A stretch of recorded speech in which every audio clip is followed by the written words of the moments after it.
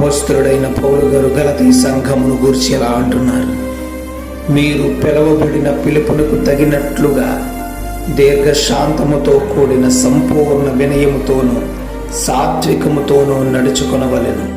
ప్రియమైన వారలారా, దేవుడు నిన్ను తన దివ్యమైన రక్తముతో పరిశుద్ధపరిచినప్పుడు ఆ జీవితమును విడిచిపెట్టి ఎక్కడ పడిపోయావో, ఎక్కడ జారిపోయావో, నీ పరిశుద్ధతను విడిచిపెట్టి బ్రతుకుతున్నావేమో జ్ఞాపకం చేసుకో.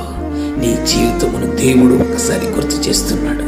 నీ దీర్ఘశాంతమును సంపూర్ణము వినయముతో ఉండాలని, సాత్వికముగా నువ్వు నడుచుకోవాలని ఆయన ఆశపడుతున్నాడు.